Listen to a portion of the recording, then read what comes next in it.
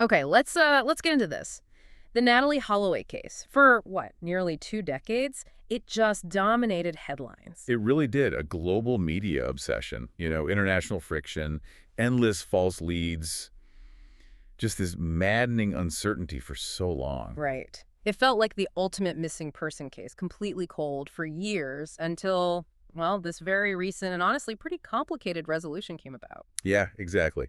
So for our deep dive today, our mission really is to cut through all that noise, the confusing stories, the media circus, those repeated We arrests, want to give you a clear picture, a timeline of how this investigation actually unfolded. and look closely at that convoluted legal path, the one that finally got us the truth in October 2023. Okay, so let's lay the groundwork, the core facts.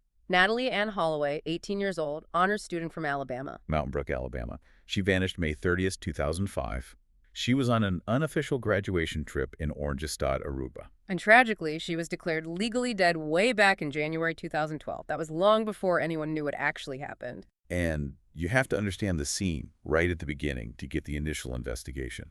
It was 124 high school graduates Wow. and only 7 chaperones.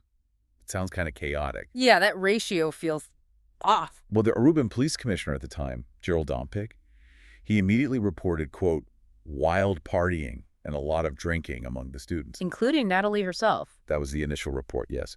And that context, the idea of excessive drinking, it definitely influenced the early tone of the investigation. And that context becomes critical because, well, she misses her flight home the next day. Right. Even though her packed bags, her passport, everything's still in her room at the Holiday Inn. She was last seen leaving Carlos and Charlie's nightclub, maybe 1:30 a.m., getting into a car. With Joran van der Sloot, who was just 17 then, a Dutch national, and 2 brothers, Deepak and Satish Kalpoe, Surinamese nationals. Okay, so the family flies down immediately, right? And they give the police van der Sloot's name pretty quickly. Almost immediately. And when he and Deepak Kalpoe are questioned, they give that first story. The lighthouse story. Yeah, they claim they drove Natalee to the California lighthouse area, Arashi Beach. Said she wanted to see sharks, bit of a weird detail. And then dropped her off at the Holiday Inn around 2 a.m. And van der Sloot adds that detail about seeing a, quote, dark man in a black shirt approach her as they drove off. Woo! Which, I mean, even then, that feels like misdirection, doesn't it? Just throwing something out there. Absolutely. It wasted critical time right at the start. But, whether the police fully believed it or not, the search effort was enormous. Right, hundreds of volunteers, FBI involved, Dutch soldiers. Aircraft, divers, the whole 9 yards. The Aruban government even gave civil servants the day off to help search. The reward jumped from $200,000 to $1 million. But despite all that mobilization, right away, nothing. Nothing. And the investigation starts to get bogged down in this cycle of frustration before they zeroed in on van der Sloot and the Kalpoes. They arrested those 2 security guards first, didn't they? Yeah. Nick John and Abraham Jones. Yeah, very early on, June 5th to 13th. But they were quickly released, uncharged. Just shows how desperate they were for leads, maybe. So the focus shifts permanently, really, onto van der Sloot and the Kalpoe brothers. They get arrested June 9th, 2005. And Joran's father, Paulus, he was even briefly detained too, then released. But the problem was their stories just kept changing, right? Constantly. During interrogations, they contradicted themselves, contradicted each other. It was a mess. So one version is Joran and Natalee get dropped off at a beach near the Marriott, and he just leaves her there. That was one story. Then van der Sloot apparently tried to pin it all on the Kalpoes. Oh, right. The story where he gets dropped home and the brothers drive off with Natalee. Exactly. Commissioner Dompick later said that was just Joran trying to screw Deepak because they were arguing amongst themselves. So all these conflicting stories, these tips coming in, it just completely fractured the investigation, didn't it? Pulling resources everywhere. It really did. Remember those huge searches? They drained a pond near the racket club because some gardener said something? And the landfill searches. Multiple times. 3 times. Based on a supposed jogger sighting. And remember that duct tape with the blonde hair? That seemed promising. Yeah, what happened with that? Well, they tested it twice. Yeah. Dutch labs, FBI labs, confirmed. Not Natalee Holloway's hair. Another dead end. God, that must have been just agony for the family, hearing different stories, different locations, searching ponds, landfills, knowing it's likely based on a lie. And this cycle, arresting them, releasing them. It shows a key difference maybe in legal systems or just the evidence they had. Not enough to actually charge them with murder. Precisely. So the Kalpoe brothers, arrested and released 3 times. Vandersloot, arrested and released twice, until finally, December 2007, Aruban prosecutors officially closed the case. No charges. Case closed for Aruba, maybe, but not for the public, not for the media. And that vacuum gets filled pretty quickly, doesn't Oh it? yeah. Enter Peter R. de Vries, the Dutch crime reporter, in 2008. He used methods the police couldn't or wouldn't. The hidden camera sting? Exactly. That blew the case right back open. De Vries aired footage of Vandersloot smoking marijuana. And seemingly confessing, saying Natalee convulsed, became unresponsive, and he called a friend named Derry to dump the body. That was the claim on the tape. It was huge news, the first confession the public really heard. But how did a judge turn down an arrest warrant based on that? I mean, it looked damning. Well, legally, the judge found the statements were, quote, inconsistent with evidence already gathered. And crucially, Vandersloot immediately said the tape wasn't true, claimed he was high, and just saying things. So dramatic, yes, but legally, it didn't meet the bar for probable cause for a murder charge in Aruba. Correct. It just didn't hold up in court at that time. Okay, so fast forward 2 years, 2010. This is where things take a really decisive, if dark turn, the extortion plot. This is the move that ultimately sets up the final resolution, years later. Vandersloot contacts Beth Holloway's lawyer, John Q. Kelly. With an absolutely brazen offer, he'll reveal where Natalee's body is for $250,000. Unbelievable, right? Yeah. Pure extortion. So the FBI gets involved, they set up a sting. And Vandersloot takes the bait. Gets paid $10,000 in cash, another $15,000 wired. But the information he gives them? The house where he says the body is buried? It's a lie. The house wasn't even built yet back in 2005. Exactly. Completely false information.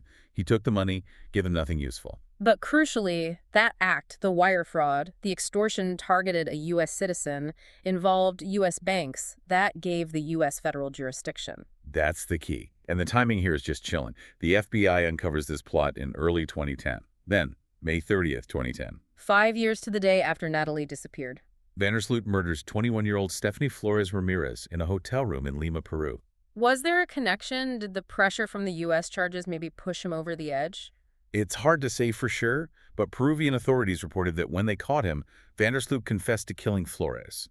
He apparently said he lost his temper because she found information on his laptop linking him to the Holloway case. So he's caught, confesses to the Flores murder, and gets sentenced in Peru, January 2012, 28 years. Right. And that long Peruvian sentence. Right. That becomes the leverage needed to finally close the Holloway case. So we jump ahead again, June 2023. Vandersloot is extradited temporarily from Peru to the U.S. to face those old wire fraud and extortion charges from 2010. Okay, help me understand the leverage here. He's already serving 28 years in Peru. Why would these older, lesser U.S. charges suddenly make him confess to Natalee's murder? It's about the conditions and the future, potentially. Think of the U.S. charges like a crowbar, as you said earlier. Aruba couldn't prove murder, the U.S. could prove fraud. Okay. By pleading guilty to the U.S. charges and finally confessing how he killed Natalee as part of that plea deal, he likely hoped for some benefit.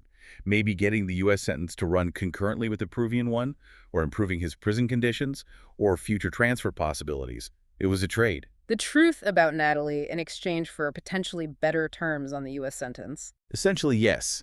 Confess to the murder, which the U.S. wasn't actually charging him for, remember, as part of the deal for the extortion he was charged with. And so, October 2023, as part of that guilty plea in the U.S. federal court, he gives the final, detailed confession. Admits he killed Natalee Holloway, blunt force trauma, kicked her, bludgeoned her with a cinder block after she rejected his sexual advances. and then disposed of her body in the ocean. That was his final account, the one given under oath as part of a formal plea deal. It's just wild. The murder conviction that keeps him locked up is from Peru. But the actual truth about Natalee, the closure, comes via plea deal on U.S. extortion charges. And then he's sent back to Peru to continue serving the sentence for killing Stephanie Flores. It's incredibly complex jurisdictionally. We definitely need to talk about the fallout, too, the criticism back and forth. Natalee's family was very critical of the Aruban police. Constantly, publicly, said there was a lack of progress, believed Vandersloot was getting, quote, special legal favors. But it wasn't just one way. Beth Holloway, Natalee's mom, called the Calpe brothers criminals after they were released initially. Right, and that sparked a backlash in Aruba. Demonstrations outside the courthouse, Aruban's angry, holding signs saying, respect our laws. And the family pushed for a boycott of Aruba, right? Alabama's governor supported it. Yeah, Governor Bob Riley, some member of the Congress too. It didn't get full federal backing, but it definitely created diplomatic tension.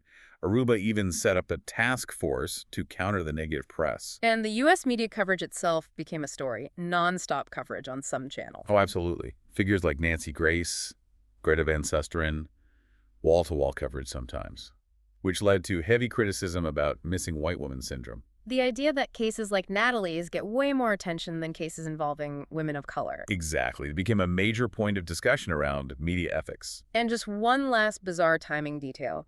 Natalee's father, Dave Holloway, he actually thought the suspects got released quietly back in 2005, partly because Hurricane Katrina hit. Yeah, he believed the media suddenly shifted all focus to Katrina, allowing Aruban authorities to release them with, as he put it, little publicity. Just another strange twist. So wrapping this up for you, the listener, what's the key takeaway here? This decades-long mystery. It wasn't solved by Aruban investigators finding a smoking gun. No, it was ultimately resolved through this intricate U.S. federal legal maneuver using those extortion charges as leverage.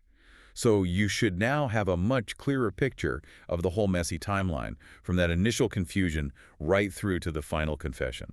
Which leaves us with a really interesting question to think about, doesn't it? Closure came, yes, but through international cooperation and secondary U.S. charges, not a murder prosecution in Aruba where the crime happened. The body's still missing. Right. So when you have a confession secured like this, through a plea deal on a different crime, what really is the difference between a case being solved, we know what happened, and a crime being successfully prosecuted by the jurisdiction where it occurred? It's complex. International law, different justice systems, and what closure means personally versus legally, something definitely worth reflecting on. Absolutely. What does justice look like in a situation this unique? That's our deep dive for today.